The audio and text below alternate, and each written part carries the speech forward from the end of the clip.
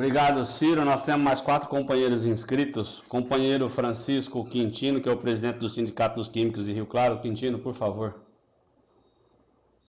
Boa tarde, Ciro. Eu quero, antes de tudo, agradecer ao presidente Serginho pela oportunidade, ao secretário Edson, por essa oportunidade histórica de estar conversando aqui com meu ex-companheiro de PPS, quando esteve aqui em Rio Claro, em 2001. Eu tenho uma foto lá, Ciro, que eu tinha pelo menos uns 30 quilos mais leve, e você com mais cabelo, pelo jeito. Sim. E dizer, Ciro, que eu estou diretor do Departamento de Promoção da Igualdade Racial da Federação dos Químicos do Estado de São Paulo, da FEQUIMFAR. Nós temos, enquanto federação, um trabalho muito importante na discussão no mercado de trabalho da igualdade de oportunidades, especialmente quando se trata da inserção do negro no mercado de trabalho. E, lamentavelmente, nós, em função dos últimos tempos, de todos esses retrocessos que está acontecendo, evidentemente que a crise econômica atinge mais rapidamente aqueles que nunca foram incluídos por conta da persistente permanência na base da pirâmide social. E eu, quando vejo você chamar um capitão do mato de capitão do mato, como é o caso do Fernando Holliday, eu naturalmente comemoro muito. E também, quando você reage à situação daquele fujão, que é o ex-ministro da Educação, que, no apagar das luzes, fez aquela besteira que você, enquanto advogado do PDT, reagiu rapidamente, evidentemente que demonstra que me permite dizer que eu me lembro nas suas ações muito do Luiz Gama, né? Então é muito importante, porque eu entendo que nós sindicalistas somos os abolicionistas dos tempos modernos e nós temos que estar sempre de prontidão por os interesses, defender os interesses dos trabalhadores, mas sobretudo dos mais fragilizados e marginalizados na sociedade, especialmente agora desses ataques absurdos que têm tido manifestações mundiais por conta do combate ao racismo. E, nesse sentido, vai minha pergunta: o Ciro, se porventura o Brasil der a oportunidade de se assentar na cadeira de presidente da República, aonde estarão os trabalhadores e os negros, caso você venha a ser o presidente do Brasil? Eu só serei presidente no Brasil, meu caro companheiro, amigo velho Quintino. Enfim, me lembro bem da nossa visita. Eu estava ali com o meu inesquecível amigo João Herman, né?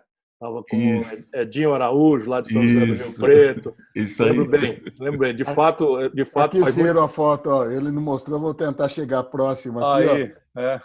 Aí, ó. Aí, pois é, eu tinha cabelo e você era mais atleta, tá mais preguiçoso agora, mas é por causa da pandemia. Já você volta para a esteira. Meu companheiro, eu só chegarei lá, e é assim que eu quero chegar, senão não vale a pena, se a gente tiver construído antes uma nova correlação de forças no Brasil. Porque eu não acredito em salvadores da pátria. Eu gosto de dizer um pouco mais exemplo do que fala. Eu nunca perdi uma eleição aqui na minha comunidade. E eu acredito, eu não tenho televisão, não tenho rádio, não sou empresário, não sou sócio de ninguém, né? Toda a turma que eu prestigio aqui são jovens talentos com a mesma característica. Todo mundo classe média, governador da classe média, prefeito da capital é classe média, enfim, porque eu estimulo isso, e com qualificação. Não que eu despreze as pessoas, mas qualificação para tomada de decisão é uma coisa fundamental. A gente não pode fazer apologia da ignorância. Então, o que eu quero dizer, eu brinco sempre, se eu chego numa esquina e vejo um garoto fazendo malabares com fogo, eu paro aquilo ali e fico olhando. E eu fico impressionado. Eu digo que se eu me dedicar um mês a treinar aquilo, eu vou me queimar todinho, que provavelmente não consigo fazer. Portanto, eu admiro. Agora, se o meu filho tiver uma crise de apendicite, eu não vou levar para um malabarista corrigir. E isso é um pouco o que eu estou querendo dizer, né? O militar é uma coisa importante, a defesa de um país é muito importante. Mas o que esses caras treinaram, o que eles entendem de saúde pública? Aí está lá 23 militares ocupando o Ministério da Saúde, comandado por um general paraquedista que nunca viu uma pola de injeção na vida.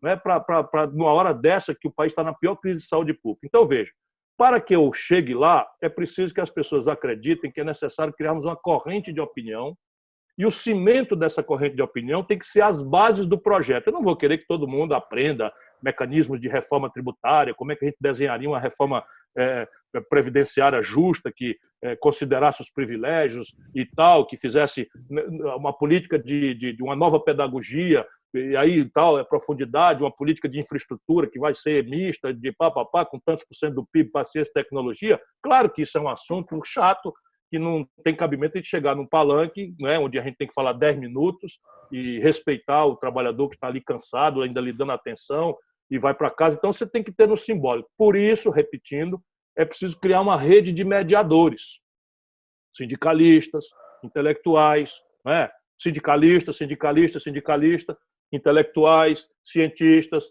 artistas, né? Produtores culturais, animadores, ativistas do meio ambiente, movimento negro, movimento das mulheres, movimento ambiental, porque é assim que a sociedade se expressa, e a gente tem que agregar esses interesses fragmentários todos na ideia de um grande projeto em que cada grupo identifique qual é o seu lugar naquilo ali. Eu estou dedicado a isso. Eu falo acho que umas 5, 6 horas por dia.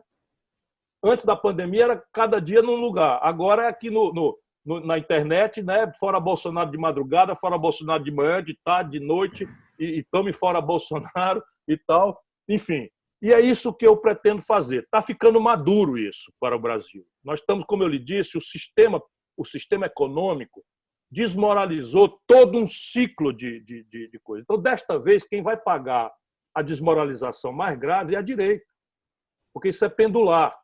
Não é? Se a gente for capaz de produzir uma alternativa que não assuste o centro, que possa estabelecer uma conciliação explícita entre os interesses da produção, da economia real, com os interesses maiores que me interessa defender, que são os interesses dos trabalhadores, e aí coisa concreta. Então, vamos lá. Tem necessidade de flexibilizar a legislação trabalhista? Vou lá eu mexer no vespeiro. Eu acho que sim e acho que não. Então, como é assim? É assim como eu estou dizendo. Como é que é sim? É sim se eu tiver um setor onde o custo da mão de obra é a razão pela qual o Brasil está perdendo competitividade sistêmica para um determinado competidor global.